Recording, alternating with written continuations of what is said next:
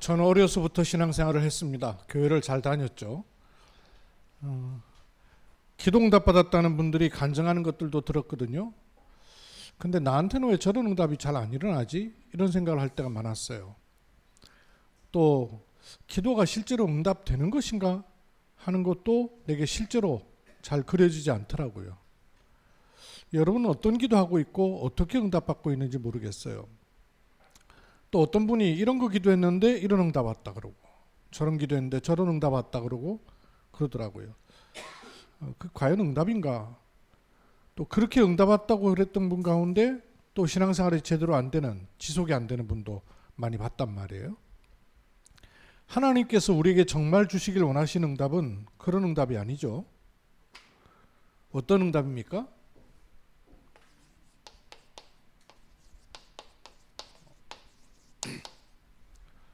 우리가 이 속에 있단 말이에요.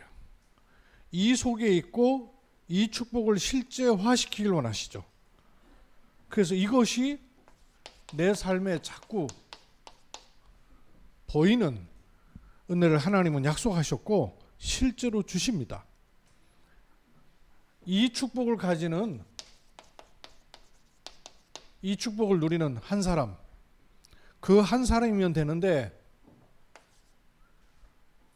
그 한 사람이에요. 왜 그 한 사람이라 그러냐 하면, 이런 사람을 하나님은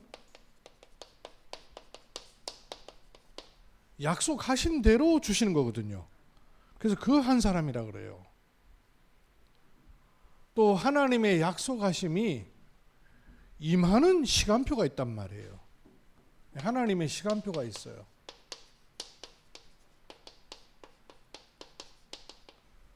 그래서 그 한 사람이라 그러는 거예요.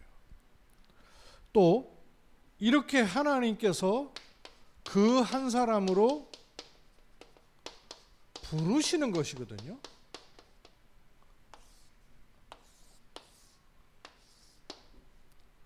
여기 있는 거예요.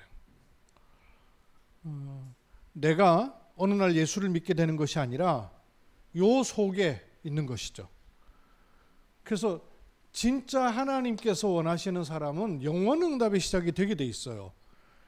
또 이런 말씀 속에 여러분과 제가 있게 되는 거예요. 당사자란 말이에요. 바깥으로는 응답은 나중이고 그 말씀에 해당된 사람이 당사자예요. 그렇죠? 종종 제가 말씀드리죠. 아브라함이 자식을 낳을 때가 나이가 몇이에요? 나이가 부인으로도 그렇고 자기로도 그렇고 아이를 낳을 수 있는 기능이 상실된 나이예요.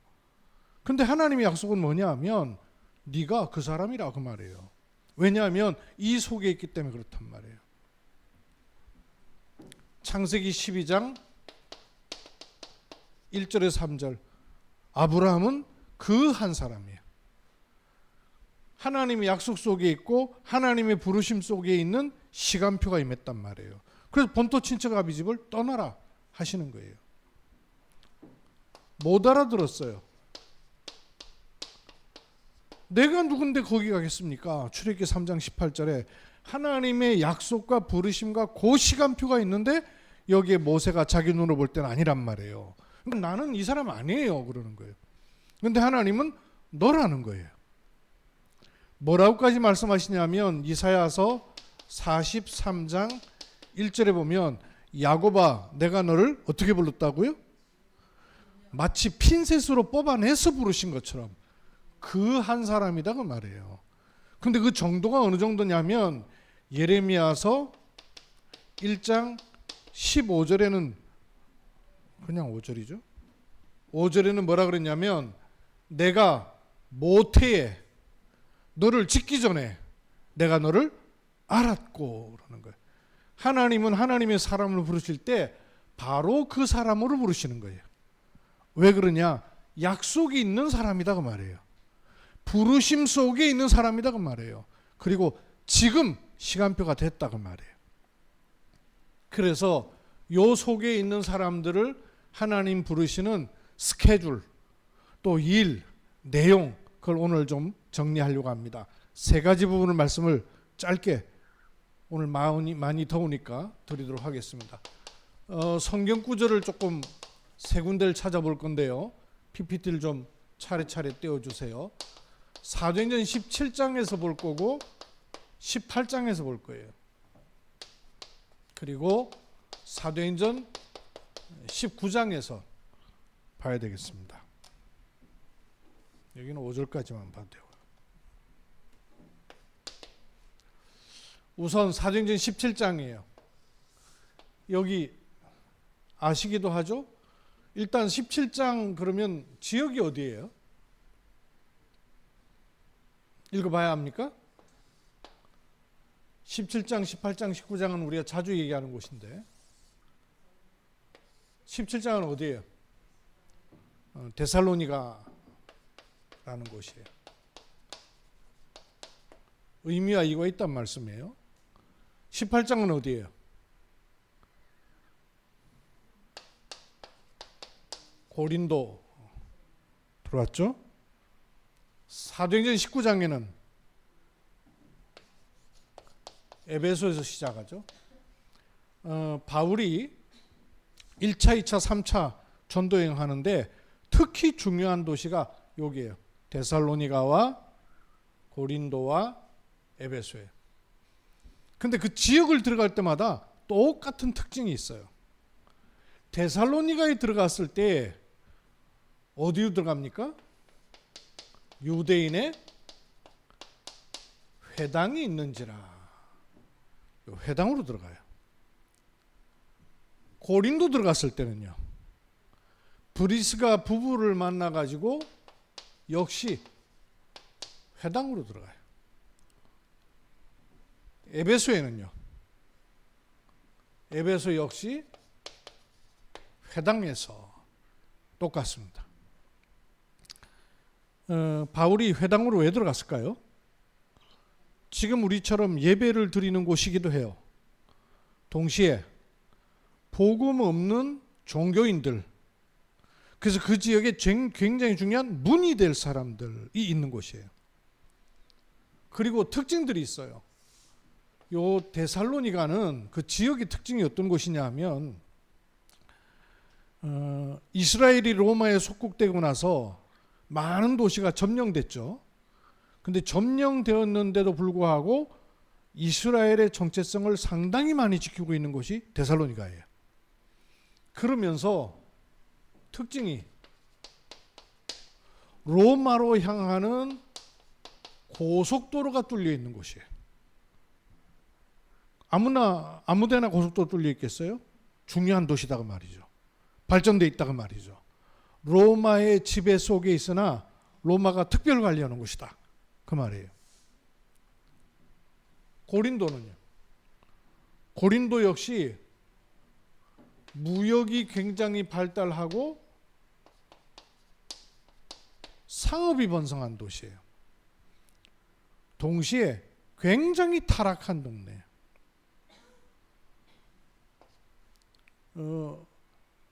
그리고 큰 우상신전이 있는 곳이에요. 그래서 여기서 나온 음식을 먹어도 되냐 안 되냐 할 정도로 시장에 우상숭배한 재물들이 막 쏟아져 나오는, 그만큼 제사를 많이 드리는 곳이었단 말이에요.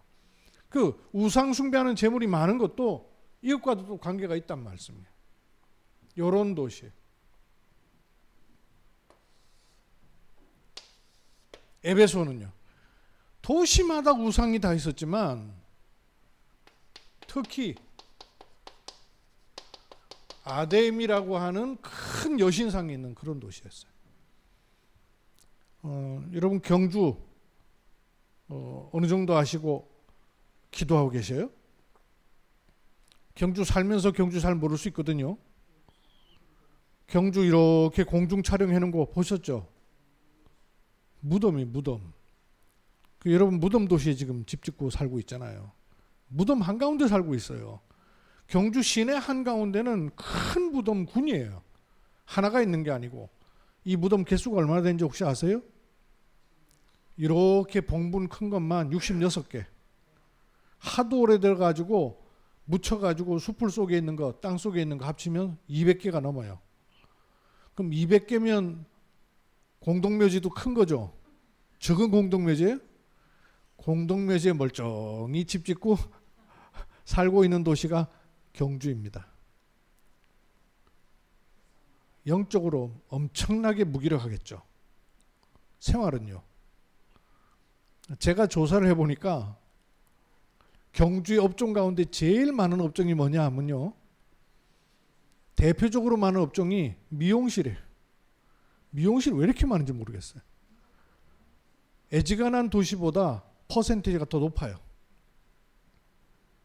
이제 그도 그럴 것이 경주에 사는 사람들이 제일 많이 보는 사람들이 타지인이요. 관광도시라 그러니까 바깥 사람들이 많이 왔다 갔다 해요. 바깥에서 온 사람들도 미용하러 올 수 있겠습니다만은 요즘은 KTX가 열려가지고 저 강남의 귀부인들이 경주에 미용하러 온 분들이 있대요. 워낙 미용비가 비싸고 강남에. 근데 경주에 미용을 잘하는 분이 있는가 봐요. 이래가지고 KTX 타고 와가지고 놀고 미용하고 가도 돈이 남는데요. 이래가지고 경주까지 머리하러 온 분들, 혼자 오는 게 아니라 5분, 6분 이렇게 친구들이 오는 분들이 고정적으로 온 분들이 있다더라고요. 미용실이 많아요. 근데 미용실에, 죄송합니다, 우리 권사님은 안 그렇고, 미용하는 가정 가운데는 남편분들이 별 직업 없이 다니는 분들 참 많아요. 그러니까 남편이 생활력이 없으니까 부인이 얼른 손기술로 배워가지고 생활을 할 수 있는 곳이 미용이에요. 그러니까 미용실이 많아요. 도시마다 영적 배경을 가지고 있어요. 근데 이런 도시마다 하나님께서 한 사람을 준비하시거나 찾게 하시는 시간표와 길들이 있어요. 이게 17장, 18장, 19장에 있단 말씀이에요. 좀 보셔야 돼요. 바울이 그냥 아무 때나 한 게 아니고 자기의 관례대로 그랬어요. 자기의 관례대로, 이 말은 뭐가 잡혀 있다 그 말이죠. 아무 때나 하지 않았다는 얘기예요. 바울이 자기의 관례대로 했어요. 이건 뭐 요즘 말로 말하면 영적으로 자기 삶에 잡혀 있는 뭔가가 있다고 말해요. 여러분 주일 예배 드리는 게 어렵습니까? 지금 아마 여기 예배 드린 분들은 주일 예배 드리는 게 어렵진 않을 거예요. 이게 잡혀 있다고 말이거든요. 근데 새가족 같은 경우는 주일 예배 드리는 것도 쉽지가 않거든요. 주일 예배 드릴 수 있다는 것 자체가 엄청난 관례예요. 자기의 관례대로. 주간 중에 여러분 강단 메시지 몇 번쯤 들으세요? 주일 나와서 만나고 들었으면 됐지, 뭘 또 주간 중에 또 그 목소리를 또 들어야 되나 싶습니까? 주간 중에 여러분이 강단 메시지가 들려지는, 들을 수밖에 없는 자기 관례가 생겨야 여러분이 영적으로 정상인 거예요. 그게 안 돼 있다는 얘기는 영적으로 슬금슬금 빠져나가는 구멍이 너무 많다고 말이에요. 구멍난 양반은 안 신으시면서 영적 상태 구멍난 부분들은 모르고 있단 말이에요. 자기의 관례대로. 여러분 영적 관례가 있어야 돼요. 내 삶에 나도 모르게 자꾸 자리 잡혀서 누적되어 있는 영적 관례가 있어야 된다고 말이에요. 남들은 엄청나게 어려울 것 같이 보이는데 내게는 쉬운 영적 삶의 규모가 갖춰 있어야 된다고 말이에요. 바울은 영적 서밋으로 들어갈 수 있는 집중 시간을 가지고 있기 때문에 바깥 관례도 가능한 거예요. 안이 무너져 있는데 겉모습 그렇게 하려면 보통 힘든 게 아니에요. 근데 영적인 내적인 힘이 있단 말이에요. 그러면 이 관례가 쉬워지는 거예요. 또 뭐라 그랬어요? 자기의 관례대로 그들에게 들어가서 얼마 동안요? 새 안식일 동안. 이 새 안식일이면 한 21일 정도 되죠? 왜 새 안식일이라는 시간이 나왔을까요? 왜 새 안식일이라는 시간이 나왔을까요? 데살로니가에 있는 요 사람을 찾아낼 수 있는 시간이기도 하고, 동시에 바울을 붙잡아서 감옥에 쳐넣어야 되겠다는 비밀 결사대가 조직이 돼 있었단 말이에요. 이들이 바울의 행적을 따라서 계속 쫓아오고 있었거든요. 근데 지금처럼 차 타고 쫓아오는 게 아니거든요. 지금처럼 내비게이션 따라오는 게 아니란 말이에요. 그들을 따라오는 사람들이 바울의 행적을 쫓아 따라올 때 피할 수 있는 시간을 한 3알씩일 정도 생각한 거예요. 아, 내가 데살로니가에 한 3주 정도는 있어도 괜찮겠다 하는 시간을 가진 거예요. 기간. 이 아주 중요해요, 여러분. 내가 그 지역에 얼마 동안 있을 수 있다. 이걸 가지고 있었다는 얘기예요. 전도 중심으로 모든 것을 볼 때 달리 보이는 거예요. 기간. 새 안식일 동안 뭘 했습니까? 성경을 가지고 강론했다 그랬어요. 그러니까 성경을 읽은 게 아니고 성경을 가지고 강론했다 그랬어요. 어디에서요? 어디에서? 회당에서. 아니, 회당에 담임 목사 없었을까? 어떻게 성경 가지고 바울이 강론을 했을까? 그것도 바깥에서 온 사람이. 이게 이스라엘 유대인들의 특징이에요. 지금의 교회는 담임 목사가 있고 조직된 교회잖아요. 근데 유대인의 회당에는 누구든지 하나님 백성이라면 하나님 말씀으로 응답받은 것을 지금으로 말하면 포럼할 수가 있었단 말이에요. 이게 포럼이라는 게 여기서 나오는 거예요. 누구든지 하나님의 말씀을 가지고 한 주 동안 인도받아서 하나님께서 응답 주신 것을 말해야 될 책임이 있는 거란 말이에요. 그 포럼이 그게. 그래서 유대인은 우리처럼 이렇게 강단 중심으로 돼 있지 않고 원형으로 돼 있는 거예요. 누구든지 나와서 거기서 얘기할 수 있도록.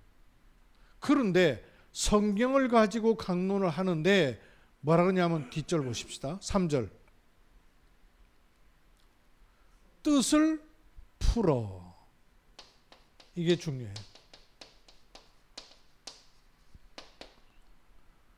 하나님 말씀이 여러분에게 풀려야 될 게 있단 말이에요. 기록된 말씀인데 그게 풀려야 될 게 있다고 말이에요. 이렇게 풀릴 때 뭐가 풀려야 되고 무엇 중심으로 풀려야 되느냐 하는 게 매우 중요해요. 왜냐? 성경 가지고 공산주의 찾아냈잖아요. 성경 가지고 자연주의 찾아낸단 말이에요. 성경 가지고 해방신학 찾아냈단 말이에요. 뜻을 푸는데 잘못 푸는 거예요. 성경은 도대체 뭘 말씀하려고 하시느냐? 요게 있어야 바르게 풀리는 거예요. 그렇죠? 그런데 바울이 성경 가지고 풀어서 뭘 말씀했어요? 그리스도가 성경을 풀 때 그리스도 중심으로 풀었다 그 말이에요. 성경을 풀 때 그리스도 중심으로 풀어야 돼요. 그래야 성경이 바르게 풀린 거예요. 그러면 성경을 그리스도 중심으로 풀었을 때에 어떻게 풀렸느냐? 어떻게 고백하고 강론했다 그랬어요? 두 가지를 얘기했죠. 그리스도에 관해서. 첫째 뭐를 얘기했어요? 그리스도라면 첫 번째 뭘 풀었습니까? 뭐라고 말했어요? 해를 받는다는 말이 무슨 말이에요? 십자가. 두 번째는요. 죽은 자 가운데서 그걸 뭐라 그래요? 부활. 그리스도의 십자가와 부활을 그리스도의 십자가와 부활을 증거한 것이 아니고 더 정확하게 뭐라고 돼 있어요? 그리스도가 해를 받고 죽은 자 가운데 살아나야 할 것을. 그 말은 무슨 말입니까? 그리스도라면 당연히 해를 받아야 될 거 아니냐? 그래서 죽어야 될 거 아니냐? 그리고 그리스도라면 당연히 부활해야만 할 거 아니냐? 그리스도께서 이렇게 하셨다를 말한 게 아니에요. 그리스도라면 성경이 말하고 있는 핵심은 뭐냐? 그리스도 오실 것을 말씀했지 않냐? 구약은 그리스도가 뭐예요? 메시아. 신약은 그리스도. 구약에는 계속 메시아가 오실 것을 말씀했는데 그리스도라면 십자가에 죽으실 것을 약속했지 않느냐? 왜요? 그리스도가 왜 십자가에 죽으셔야 돼요? 대속. 우리의 죄를 대신해서 해결하셔야 된단 말이에요. 또 그리스도가 부활. 왜 부활해야 돼요? 그리스도라는 증거로 부활하셔야 되는 거죠. 그렇죠? 그런데 이 일을 하신 분이 누구냐? 그리스도라면 십자가에 당연히 죽으셔야 되고 당연히 부활하셔야 될 것 아니냐? 그렇다면 이 일을 하신 분이 누구냐 그 말이에요. 너희가 십자가에 못 박아 죽이고 그러나 부활하신 예수. 그래서 너희에게 전하는 이 예수가 곧 그리스도라. 예수가 곧 그리스도다. 그 말은 예수가 그 그리스도다. 그 말 아니에요. 그죠? 예수가 그리스도다. 이 정도가 아니라 예수가 바로 그 그리스도 아니냐. 이 말이에요. 이렇게 증거했단 말이에요. 이러니까 그 중에 경건한 헬라인의 무리와 적지 않은 기부인도 권함을 받고 바울과 실라를 따랐습니다. 이들도 중요해요. 근데 더 중요한 거는 뒷절려. 그런데 유대인들이 시기해가지고 저자의 불량한 사람들 대동해가지고 때를 지어 성을 소동했어요. 그때에 야손의 집에 침입하여서 그를 끄집어냈어요. 한 사람, 야손이라는 사람이 나와요. 끌어내려고 찾았는데 발견을 못했어요. 이거 누구 찾으려고 하는 겁니까 지금? 바울 찾으려고 하는 거죠. 근데 바울을 찾으려고 하는데 하필이면 왜 야손의 집에 들어갈까요? 누군가 알려줬겠죠. 야손, 그 사람 집에 있을 거야. 알려줬을 거 아니에요. 그럼 야손의 집을 목조가에 들어간 거예요. 근데 못 찾았다 그랬단 말이에요. 발견치 못함에 야손과 및 형제들을 끌고 읍장 앞에 가서 소리질러 이르되 천하를 어지럽게 하던 이 사람들이 여기도 이름해. 바울을 잡으러 왔던 사람들이 야손의 집에 들어갔어요. 이 사명자 야손으로 인하여서 결국 세워진 교회가 어떤 교회예요? 데살로니가 교회. 그래서 이 야손은 데살로니가의 바로 그 한 사람. 요 사람이란 말이에요. 하나님께서 데살로니가의 그 한 사람으로 야손을 준비해 놓으신 거예요. 그런데 이렇게 찾아진 내용이 뭐냐? 예수가 곧 그리스도시다. 요 말씀에 찾아진 거예요. 18장 보십시오. 큰 우상신전이 있는 고린도 지역에 18장. 네. 그 후에 바울이 아덴을 떠나 고린도에 이르렀어요. 여기서 누구를 만나게 됩니까? 처음 시작은 남편 이름이 앞서 있어요. 아굴라라는 본도에서 난 유대인 한 사람을 만났다 그랬어요. 그러니 만남이, 이 만남이 축복입니다. 복음 가진 전도자 바울에게 하나님은 만남의 축복을 허락하셨어요. 근데 이런 만남을 통해서 어디로 들어가냐 하면 또 요 회당으로 들어가는 거예요. 여기는 회당에서 찾아진 사명자, 만나진 사역자와 회당으로 들어가는 거예요. 봅시다. 어떻게 만나게 됐느냐? 글라우디오 황제가 모든 유대인을 로마에서 떠나라는 거예요. 유대인 추방령이 내려진 거예요. 로마에서. 그가 그 안에 브리스길라와 함께 이달리아로부터 새로 온지라. 이달리아라면 로마죠. 새로 왔는데 바울이 그들에게 감해 만남을 주시는 거예요. 다음 절요. 다음 절요. 예. 생업이 같으므로. 생업이라는 말은 업이란 얘기죠. 근데 그 업이 어떤 업이에요? 천막을 만드는 일이에요. 지금 말하면 텐트죠. 근데 당시는 천막은 지금의 집과도 같아요. 그 당시는. 왜냐하면 지금처럼 빌딩이 있는 시간표가 아니니까. 그 당시는 유목 생활하는 시간표란 말이에요. 도시가 있지만 거의 대다수의 사람들은 유목을 하고 있는 이런 상황이란 말이에요. 그러면 천막은 집이에요. 그런데 이 사람들이 나중에 이 업이 로마 군대에다가 천막을 맡기는 사람들이 됐어요. 그러니까 군납이야. 우리 유장로님 지금 다니는 회사가 군납하고 있다면서요. 그죠? 그러니까 뭐 군납이니까 뭐 노다지지 뭐.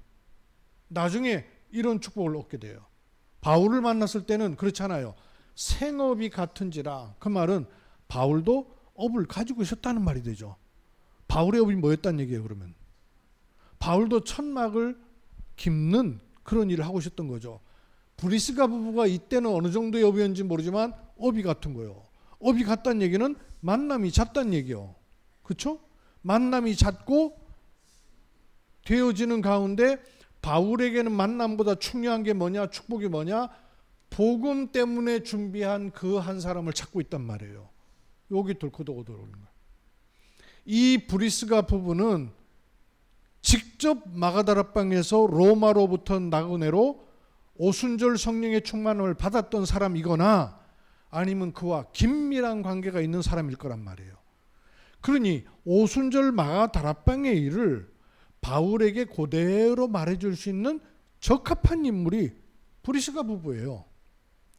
바울은 복음을 받고 아라비아 광야에서 성령의 축복을 체험하지만 그가 죽었다 깨나도 할 수 없는 게 한 가지 있는데 오순절 마가다락방에 들어갈 수가 없어요. 시간표가 지났으니까. 저는 94년도에 다락방을 접했어요. 그러니까 91년부터 94년까지 어떤 일을 하는지를 내가 모르겠는 거예요. 그건 내가 할 수가 없는 일이지. 직접 내가 유목사님한테 다락방을 받아보지 않았으니까. 근데 거기서 직접 다락방을 받아봤던 목사님을 내가 만나니까 답답해서 하는 소리였어요. 당신들이 메시지를 자꾸 하려고 하지 말고 내가 못 봤던 거, 많은 목사님들이 늦게 들어와서 못 봤던 거 그거 얘기해 줘야지. 무슨 설교 자꾸 하려고 그러냐. 그거 하지 마라 그랬어요. 그 찬양인도 할 때도요. 많은 얘기 하지 마세요, 권사님. 얘기 많이 하지 말고 그냥 찬양은 찬양만 자꾸 하면 돼요. 얘기를 많이 해주는 거 좋은 것 같아도 별로 도움 안 돼요. 찬송 자체. 오히려 그보다 좋은 건요. 요즘 컴퓨터 있으니까 이 찬송 배경이 뭔지, 이 찬송을 지을 때 그 사람이 어떤 마음으로 지었는지 이런 거 해줘야 돼요. 그런 거 모르고 그냥 찬송 부르는 사람 많거든요.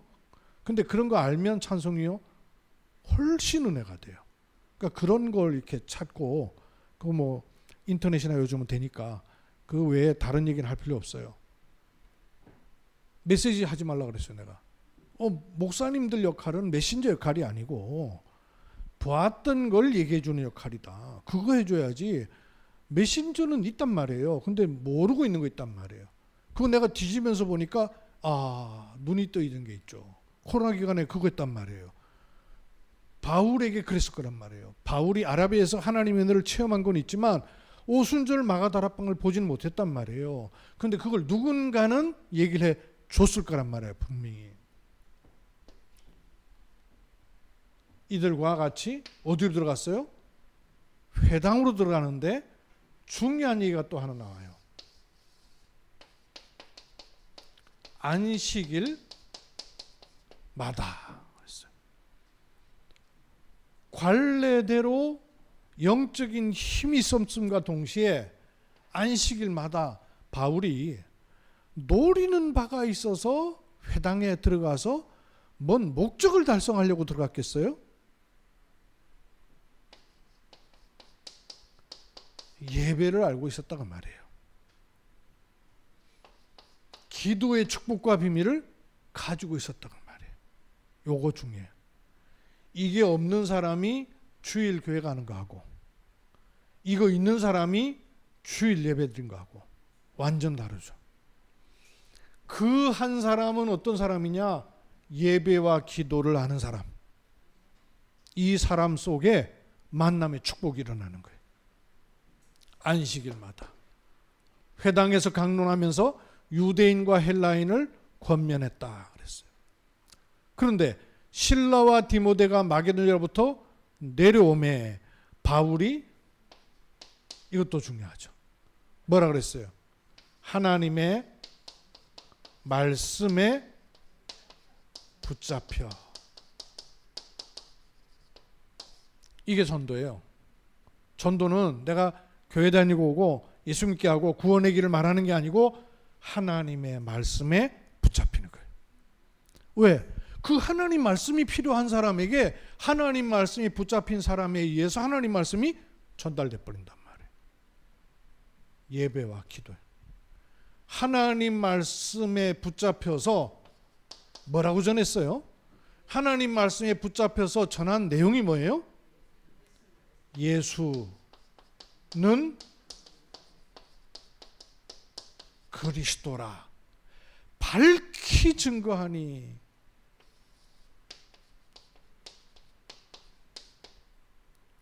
이 말 하면 저 사람이 들을까 말까? 요래 가지고는 안 돼. 밝히 증거하니. 밝히 증거했다는 것은 많은 걸 포함하고 있죠. 이거 아니면 안 돼. 그 말도 되고요. 뜻을 풀어 그리스도라야됨을 증거한 그 내용이 들어가 있다고 말이에요. 그리스도라는 단어를 써서 그리스도가 되는 게 아니에요. 왜 그리스도이어야 되겠는가가 내게 답이 나버렸다고 말이에요. 그 답이 난 사람의 예배와 기도예요. 여기에 그 한 사람의 축복이 따라와지는 거예요. 누가 따라와졌어요? 브리스가와 아굴라.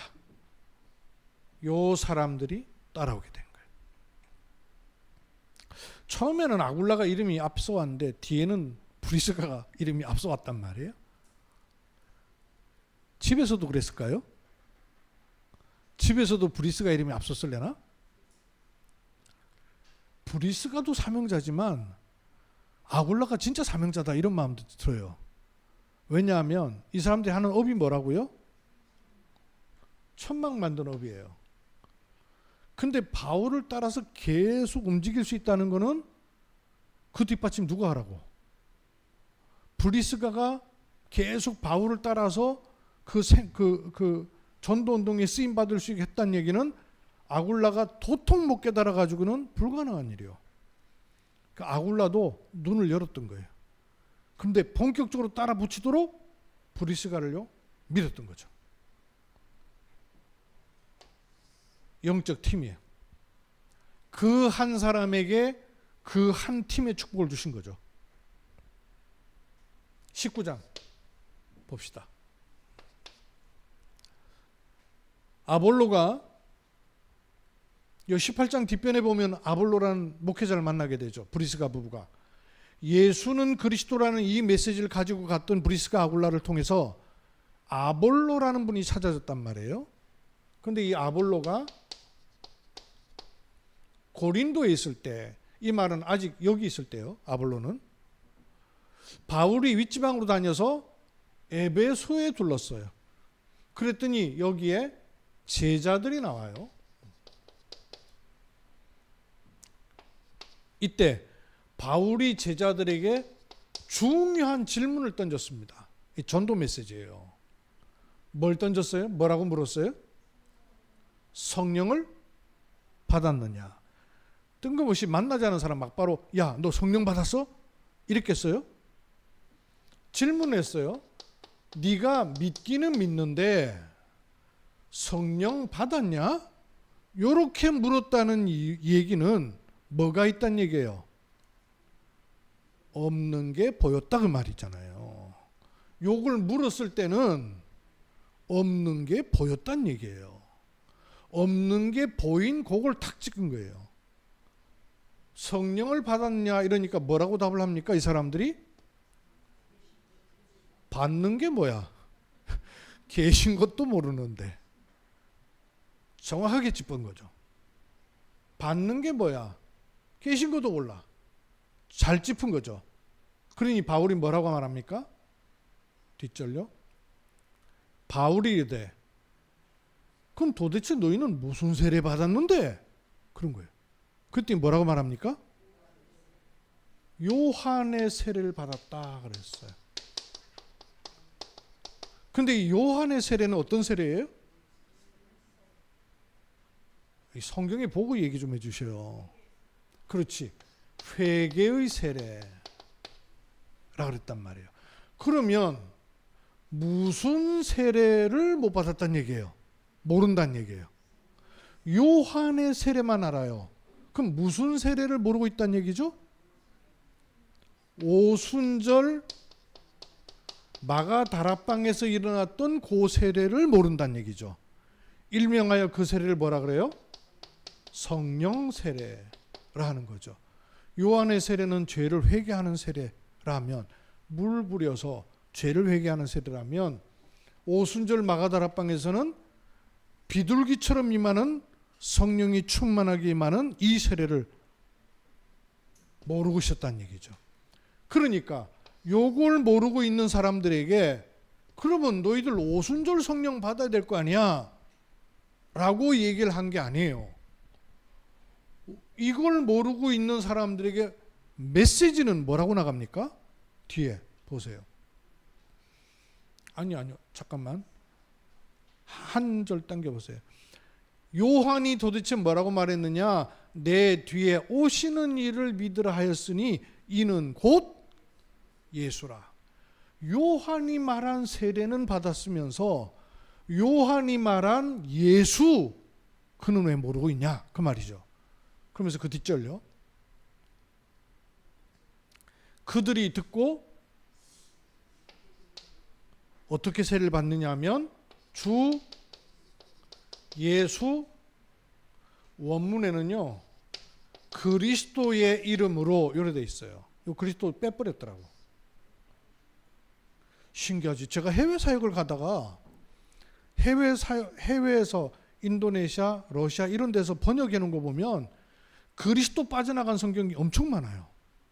근데 우리나라에도 종종 그리스도라는 단어가 빠진 성경들이, 빠진 부분들이 있어요. 원문에는 그리스도가 있어요. 그리스도가 중요하게 언급이 돼 있어요. 제가 자주 그런 말씀드리죠. 예수 그리스도 요거 하고 그리스도 예수 같아요, 달라요?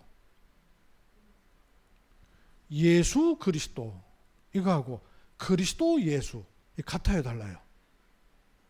모르겠죠? 헷갈리죠? 어떻게 달라요? 제가 누구한테 나를 소개하면 박영환 목사입니다 이렇게 소개해요. 근데 명함을 찍으면 박영환 목사 이렇게 찍지 않아요. 더 중요하게 서재 같은데 명패가 있죠. 저는 명패 놓을 자리가 없어요. 명패가 없어요. 근데 이제 고급 관료라든지 이런 분들이 명패가 있잖아요. 경주시장이라든지 이런 분들이 명패가 있잖아요. 그러면 준하경 시장 이렇게 안 써요. 경주시장 준하경 이러죠. 무슨 말인지 알겠어요? 자기 이름 뒤에 직함이 붙는 거는 호칭이요. 근데 직함이 붙고 이름이 붙는 거는 직함, 그것이 강조된 거예요. 시장이 강조된 거란 말이에요. 주다격이라는 사람이 강조된 게 아니란 말이에요. 그리스도 예수. 성경에 있어요, 없어요? 있죠. 85번 나와요. 놀랍게도 오로지 바울만 썼어요. 야고보도 서신서가 있고 베드로도 서신서가 있고 요한도 서신서가 있고 서신서가 있어요. 근데 그런 분들은 한 번도 그리스도 예수라고 표현한 적이 없어요. 오로지 바울만 그리스도 예수. 왜 그럴까? 왜 그럴까요? 제가 생각을 해봤어요. 찾아보니까 그런 거예요. 깜짝 놀랐어요. 왜 바울만 이렇게 그리스도 예수라 할까?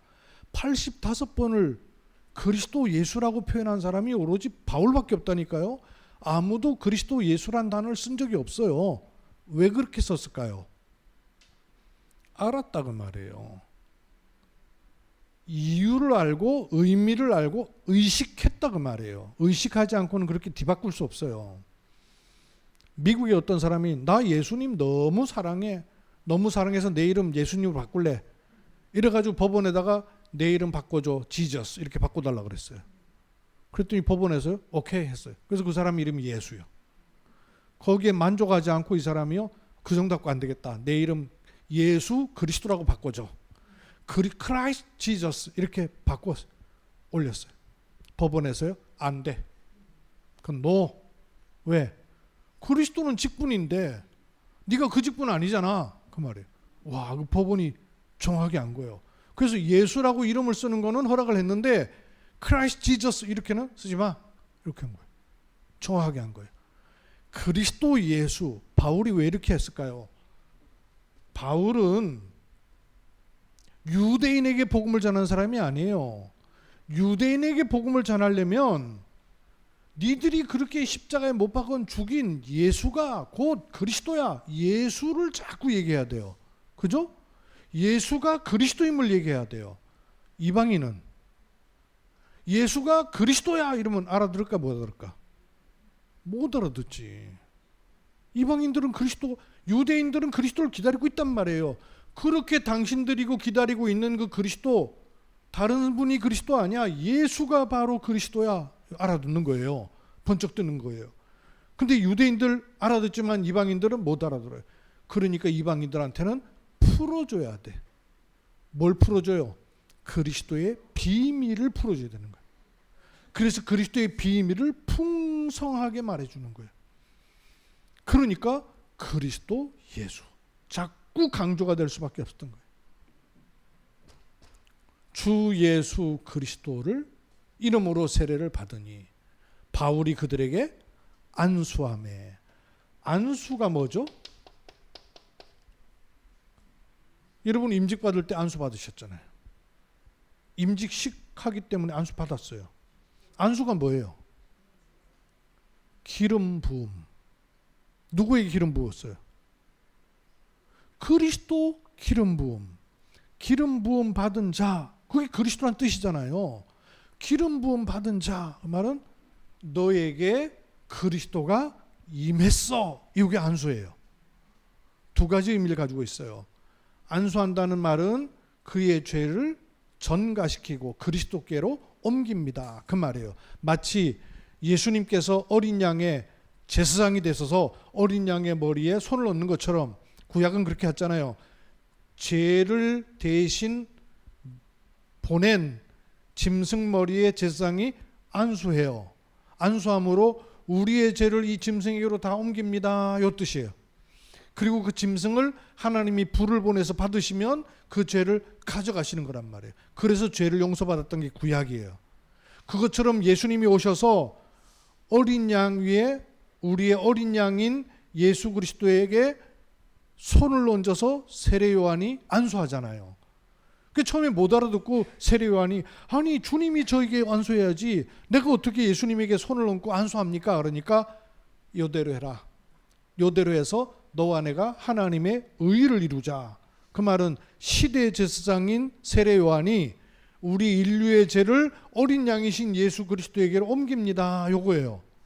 그러면 하나님이 예수 그리스도를 십자가에 못 박아 죽임으로 우리의 죄를 떨어뜨려 버리시는 거예요. 죄를 전가하시는 거예요. 그래서 그를 받으심으로 우리의 죄도 받으셔 버린 거예요. 해결하신 하나님 방법이란 말이에요. 안수한다는 말은 너에게 그리스도의 임재하심이 임했다. 그거예요. 이렇게 하니까 어떤 일이 일어났어요? 성령께서 임하는 거예요. 오직 그리스도로만 임하는 하나님의 나라. 그리스도로 하나님의 나라가 임하니까 성령이 임할 수가 있게 된 거예요. 성령이 임재하시게 된 거예요. 이러니까 예언도 하고 방언도 합니다. 이러자 드디어 어떤 말씀이 가능하냐? 넘겨봅시다. 모두 12사람쯤 됐어요. 바울이 이때부터 회당에 들어가서 석 달 동안을 담대히 뭘 말해요? 하나님 나라에 대해서 말을 해도 알아들을 수 있게 됐잖아요. 하나님 나라. 제가 네모표 쓴 이거. 예수가 곧 그리스도이시다. 이걸 안식일마다 예배와 기도로. 그래서 가는 곳마다 뭐기에 임해요? 하나님의 나라가 임하는 거예요. 요 속에 한 사람, 한 팀, RUTC가 있는 거예요. 한 달 축복의 언약이에요.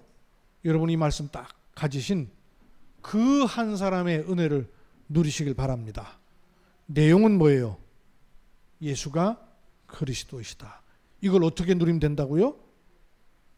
예배와 기도로 누리는 거예요. 그러면 가는 곳마다 무슨 눈을 떠야 돼요? 하나님의 나라 눈을 떠야 돼요. 하나님의 나라 반대가 뭡니까? 사단의 나라. 근데 그 세상이 어떻게 돼 있다고요? 사단의 나라가 있단 말이에요. 그래서 세 나라를 알아야 돼요. 기독교인의 가치관, 기독교인의 세계관이에요. 하나님 나라, 세상 나라, 사단의 나라. 이 하나님 나라라는 단어는 단순히 그냥 하나님 나라 천국 그 말이 아니에요. 세상 나라가 하나님 나라이어야 되는데 사단이 장악한 사단의 나라가 돼 있구나. 이걸 뒤바꾸는 길은 뭐냐? 그리스도로 뒤바꿀 수 있구나. 하나님 나라. 여러분 가문에 그 한 사람으로 하나님 나라 임하길 바랍니다. 여러분 직장에 그 한 사람이란 말은 여러분 직장에 하나님 나라를 이루는 통로다 그 말이에요. 여러분 때문에 그 직장에 하나님 나라 임하는 거예요. 여러분 때문에 그 가문에 하나님 나라가 임할 수 있게 되는 거예요. 여러분 때문에 경주 지역 무덤 도시에 하나님 나라가 임하게 되는 겁니다. 요 한 사람을 하나님 찾으시는 거예요. 내가 복음 지키고 복음 누리는 그 한 사람, 이 은혜를 누리는 복된 은혜가 있기를 주의 이름으로 축원합니다. 살아계신 아버지 하나님, 하나님께서 나를 그 한 사람으로 부르셨습니다. 교회의 그 한 사람으로, 현장의 그 한 사람으로, 가문의 그 한 사람으로, 직장의 그 한 사람으로, 지역의 그 한 사람으로, 민족과 세계복음을 위한 그 한 사람으로 부르셨음을 믿습니다. 하나님 이 한 사람의 축복을 있는 현장에 누리는 은혜 입게 하옵소서. 주 예수 그리스도의 이름으로 기도하옵나이다. 아멘.